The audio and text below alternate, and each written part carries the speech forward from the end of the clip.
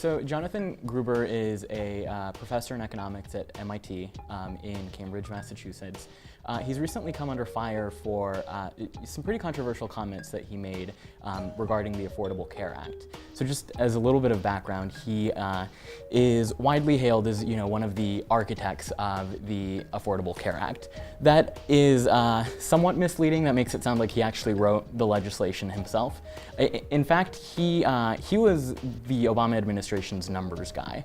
His models were really helpful for them. He essentially functioned as a faster CBO for them. The reason that people have really been jumping on this story is because he said that the stupidity of the American voter, and I'm quoting him, and a lack of transparency in the law were crucial to the passing of the Affordable Care Act in 2010.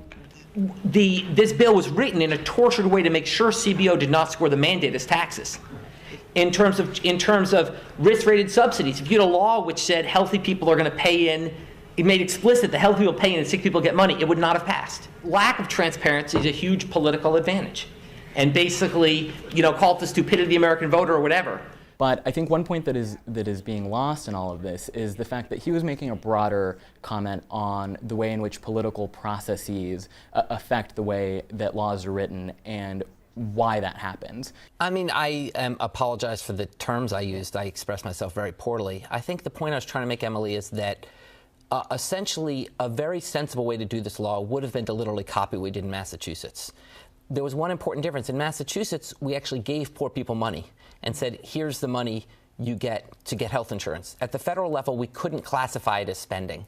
That's too politically unpopular. Going back to Presidents Clinton and Bush, there's been a move essentially to make social policy through the tax code. Gruber has become something of a lightning rod. He is, being presented as the face of the Obama administration, who conservatives and critics of the law see as, arrogant, out of touch with American voters. Frankly, conservatives are saying that this just proves that the law was pushed through Congress in a way that intentionally deceived voters in 2010.